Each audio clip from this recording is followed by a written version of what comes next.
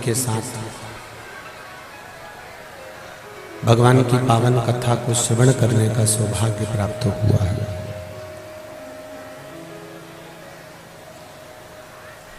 एक छोटे से जीवन के साथ में बहुत लंबे समय का भजन, एक क्षण का भी अगर भजन है, एक पल का भी अगर भजन है, तो वह हमारे जीवन की सार्थकता है।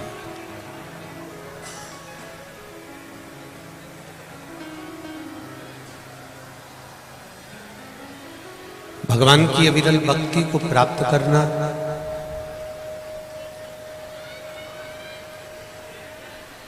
और उस भक्ति के बल पर भगवान का भजन करना,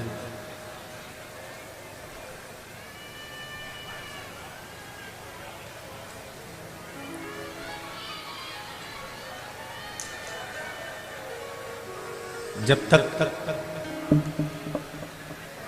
भजन का बल नहीं बढ़ता तब तक जीवन में हमारा पाप कर्म घटता नहीं।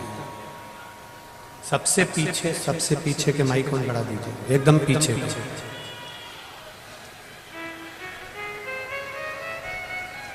तेरी कृपा बिना ना हिले एक भी अणु, लेते हैं श्वास तेरी कृपा से तनु।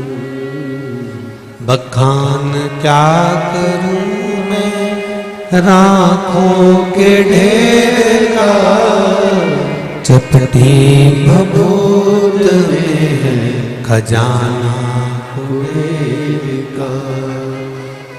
हमारे जीवन में हम जितने शब्द बोलते हैं, हमारे जीवन में हम जितने वाक्य बोलते हैं, हमारे जीवन में हम जितने भी वर्णन करते हैं, हमारे शब्द भी 3 प्रकार के होते हैं। एक वर्णप्रिय, दूसरा कर्णप्रिय और तीसरा धर्मप्रिय। हमारे द्वारा बोले गए शब्दों को चाहे आप बोल रहे हो, चाहे हम बोल रहे हो, चाहे संसार का कोई मनुष्य बोल रहा हो, शब्द 3 प्रकार के होते हैं। एक वर्णप्रिय होता है, अर्थात अपने वर्ण की तारीफ करना। मैं ब्राह्मण वर्ण से हूं, मैं क्षत्रिय वर्ण से हूं, मैं शूद्र से हूं, मैं वैश्य वर्ण से हूं। अपने वर्ण का गुणगान करना।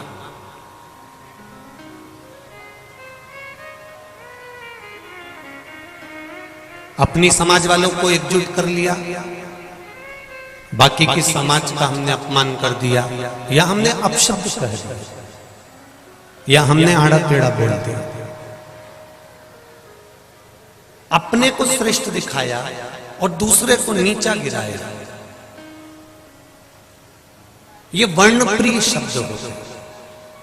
दूसरे नंबर पर होता है कर्णप्रिय शब्द, अर्थात किसी को खुश करने के लिए, किसी को प्रसन्न करने के लिए, किसी से काम निकालने के लिए, किसी के पास आपको जाना है और किसी से अपना काम निकालना है, तो कर्णप्रिय शब्द संसार का हर व्यक्ति बोलता है कि भैया हमारा यह काम कर देना, तुम तो बहुत अच्छे हो, तुम तो बहुत प्रिय हो, तुम्हारे जैसा तो कोई नहीं होगा।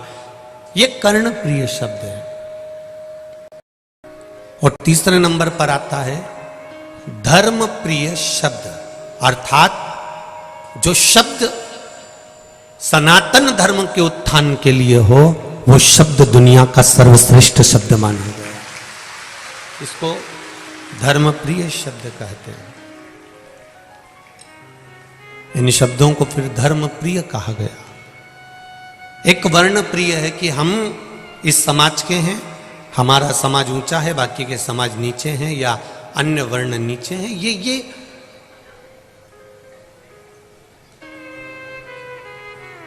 अब हमको भूल जाना चाहिए। बड़े बड़े शहरों में, बड़ी बड़ी कंपनियों में जब कोई नौकरी करता है तो वो नौकरी करने वाला ये नहीं देखा जाता है कि वो कौन वर्ण का है। कंपनी केवल ये देखती है कि उसकी एजुकेशन कैसी है, उसकी विद्या कितनी है, उसकी पढ़ाई कितनी है, उसकी चतुरता कितनी है, उसकी विद्वत्ता कितनी है। 3 शब्द हैं, एक वर्ण प्रिय, एक कर्ण प्रिय और तीसरा है धर्म प्रिय।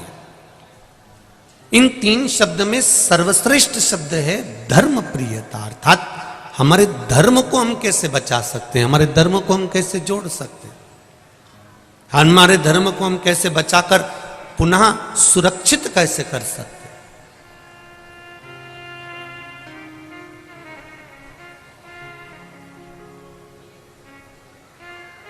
चंदन है इस देश की माटी, तपोभूमि हर ग्राम है, हर बाला देवी की प्रतिमा, बच्चा बच्चा राम है।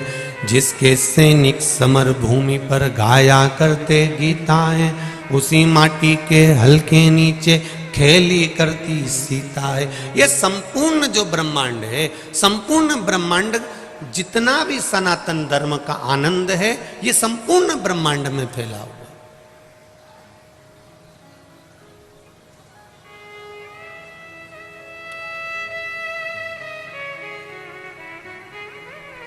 हमारे यहाँ तो भगवान कृष्ण की मैया यशोदा मैया भी कहती है, यश ददाती इति यशोदा। जो दूसरे को यश देती है वो यशोदा है। अर्थात हम अगर दूसरे को यश दे रहे हैं, हम दूसरे को आगे बढ़ा रहे हैं, तो आप भी यशोदा से कम नहीं हो। हम कई माताओं से कहते हैं, आप अपनी बहू को यश देना चालू करिए, बहू आपको यश देना चालू कर देगी, निश्चित है। आप देव तो आपने यश नहीं दिया, आपने अपयश दिया है। जरा सी सब्जी बिगड़ी, सब्जी खराब बन गई, सब्जी में मिर्ची ज्यादा हो गई, नमक ज्यादा हो गया, और जरा सी अगर सब्जी बिगड़ी तो उतने में बेटे ने भोजन करने बैठा और उसने कह दिया सब्जी कितनी बुरी बनी है। इतने में सास ने कह दिया ये तेरी बहू ने बनाई है, ये बहू ने बनाई है। अगर सास आकर बोल देती कि बेटा सब्जी बेकार बन गई, मैं बूढ़ी हो गई हूं, मुझसे देखते नहीं बना, थोड़ा नमक ज्यादा गिर गया होगा, थोड़ी मिर्ची ज्यादा गिर गई होगी। अगर बहू ने सब्जी बनाई है और सब्जी बेकार बन जाए और सास अपने माथे ले ले, तो ये निश्चित है वो बहू सास के चरण कभी नहीं छोड़ सकती। बस थोड़ा सा यश देना सीख जाए, थोड़ा सा यश देना प्रारंभ कर दीजिए। यदि आप यश देंगे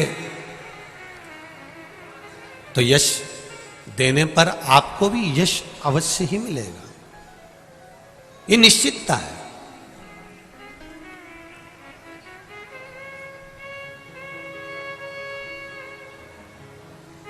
कोई तन दुखी, कोई मन दुखी, कोई धन बिन रहत उदास, और तुलसी या संसार में सुखी राम का दास।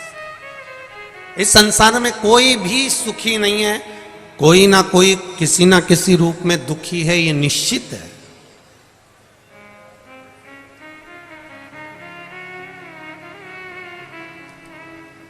और किसी की सामर्थ्यता नहीं है कि कोई तुम्हारे दुख को मिटा दे। सुन लेना री कानपुर और कल्याणपुर की जीजियों, और जितने भी मेरे जीजा हुन बैठे वो भी अच्छे से सुन लेना। आओ, कोई तन से दुखी है, कोई मन से दुखी है, कोई धन से दुखी है, संसार में सब दुखी है। और केवल तुम ही नहीं, अच्छे अच्छे बड़े बड़े महाराजों को भी लिया, जितने बड़े बड़े महाराज हो, संत हो, महात्मा हो, जोगी हो, सन्यासी हो, तपस्वी हो, साधक हो, उपासक हो, कथाकार हो, उनको भी पकड़ के लिया, वो भी दुखी मिलेंगे। और किसी की सामर्थ्यता नहीं महाराज जो तुम्हारे दुख को काट दे।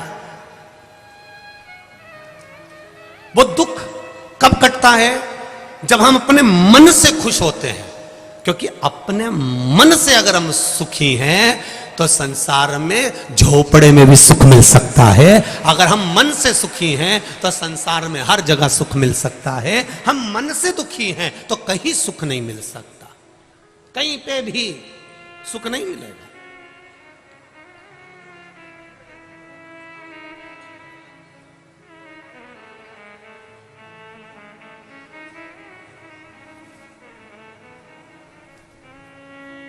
अगर संसार में दुख नहीं होता ना तो कितने कितना कई कई संत अपने आप में कहीं कोई गोली मार लेता है, कोई अपने आप सुसाइड कर लेता है। अब तो इतने बड़े महात्मा बनकर, इतने बड़े जोगी बनकर, सन्यासी बनकर, तपस्वी बनकर, साधक बनकर, कई कई छोटे छोटे बच्चे, कोई कोई नवयुवक बच्चे, कई कई बुजुर्ग माताएं, कई कई बूढ़े बूढ़े लोग अपने प्राणों को त्यागने का विचार क्यों? क्योंकि मन से सुखी नहीं है, आत्मा से सुखी नहीं है, इन्हें परमात्मा को पाने का प्रयास नहीं किया।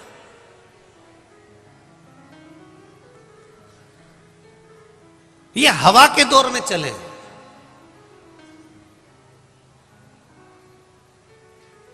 हवा का बहुत चक्कर है महाराज। अभी इनकी हवा चल रही है तो सब हवा के चक्कर में उधर चलेगा। अच्छा ईमानदारी से बोलना, हवा में कचरा रुख बदलता है कि पत्थर रुख बदलता है? बोलो री जीजी जरा कानपुर वाले, और जीजा हूं भी बोल दो है। हवा में पत्थर रुख बदलता है? पत्थर वहीं पड़ा रहेगा, किसी की भी हवा चले पर कचरा रुख बदल लेगा, पर पत्थर अटल की अटल रहता है, पत्थर नहीं जाता। हवा किसी की भी चले। और जो शंकर के भक्त होते हैं, शिव के उपासक होते हैं, शंकर पर एक लोटा जल चढ़ाने वाले होते हैं, जो शिव मंदिर में जाने वाले होते हैं, जो शंकर भगवान का अनुमोदन करने वाले होते हैं, जो शिव जी पर एक बेलपत्र चढ़ाने वाले होते हैं, जो शंकर भगवान का गुणगान गाने वाले होते हैं, जो शंकर का नित्य स्मरण करने वाले होते हैं, वो पत्थर की तरह होते हैं। किसी की भी हवा चले इन्हें कोई फर्क नहीं पड़ता। ये शिव के भक्त हैं और शिव के चरणों में रहते हैं। ये किसी के हवा के रुख में नहीं जाते।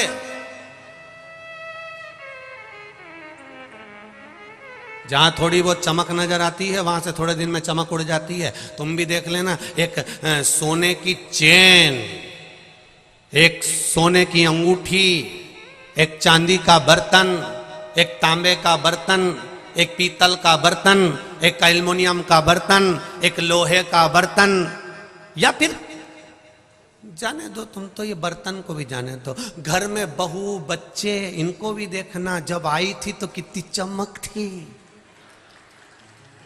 ऐसा लग रहा था पूरे घर को चमका देगी। 4 दिन में मालूम पड़ा चेहरे की चमक तो थी पर जीवन की नहीं हो पाई। सोने की चेन भी चमक रही थी पर थोड़े दिन में फीकी पड़ गई। चांदी भी चमक रही थी, थोड़े दिन में फीकी पड़ गई। चमक पर मत जाना कभी जिंदगी में, बिल्कुल मत जाओ। चमक पर तो जाना ही नहीं। आप जैसे हैं वैसे ही रहना, आपको बदलने की जरूरत नहीं है। आप भगवान के भक्त हो और भक्त ही बनकर रहना। आपको नहीं बदलना है, आपको चमक की ओर नहीं जाना है। दुनिया कितनी भी चमत्कार करे, दुनिया कितनी भी चमक दिखाए, दुनिया कितनी भी चमत्कारों पर चमत्कार दिखाए, अपने को वैसे भी हमने देखा है कानपुर उत्तर प्रदेश के जितने भी लोग हैं, उत्तर प्रदेश साइड के इधर के जितने भी लोग हैं, हमने देखा ये चमक के पीछे कभी नहीं भागते। ये भागते हैं तो परमात्मा के पीछे भागते। ये नियम बना, इसीलिए तो पूरी दुनिया में छोड़कर भगवान ना तो मध्य प्रदेश में इतनी बार प्रकट हुए, ना गुजरात में प्रकट हुए, ना महाराष्ट्र में इतने प्रकट हुए जितने वो उत्तर प्रदेश में प्रकट हुए।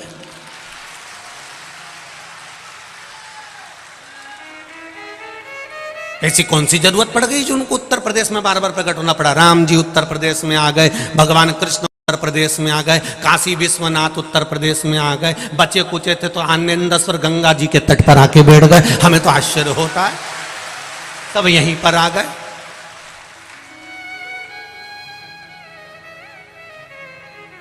ये चमक के पीछे भागने वालों में से नहीं है, ये भगवान के पीछे भागते, भगवत चरणारविंद की ओर भागते, ये भगवान की शरणागति की ओर भागते।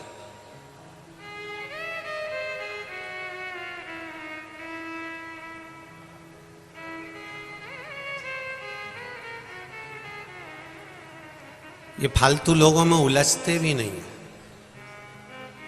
इतने विद्वान हैं ये, इनके मुंह में अगर गुटखा और पान भरा हो ना, तो ये जब तक पान गुटखा 50 रुपए का है, सामने वाले से बात जब करेंगे, अगर वो 200 रुपए की बात है तो थूकेंगे नहीं, तो चबाते ही रहेंगे, थूकेंगे भी नहीं, बोलेंगे ही नहीं बीच में, और बोलेंगे भी तो मुंह में भरा रहेगा, ये बोले ही नहीं है।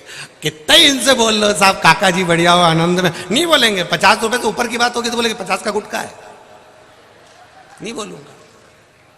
जब तक तुम्हारी बात 200 के लेवल की नहीं आएगी तब तक नहीं थूकूंगा, नहीं तो यही फंसा रहेगा। और साहब नहीं बोले, वो बात 200 तक पहुंचना चाहिए, जब तक तो नहीं बोलेगा। जब तक खड़ा ही है, सुन रहा है, बैठा है, पर नहीं बोलेगा तो नहीं बोलेगा। और जब बात इनकी चलते चलते 200 के पार कर गई, तब फिर क्या बोल रहे थे, अब आया उत्तर प्रदेश, अब आया।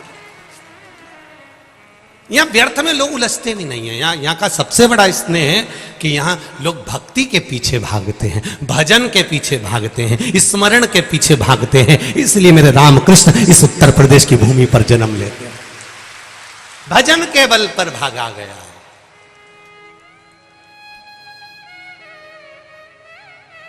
भजन के पीछे भाग गया।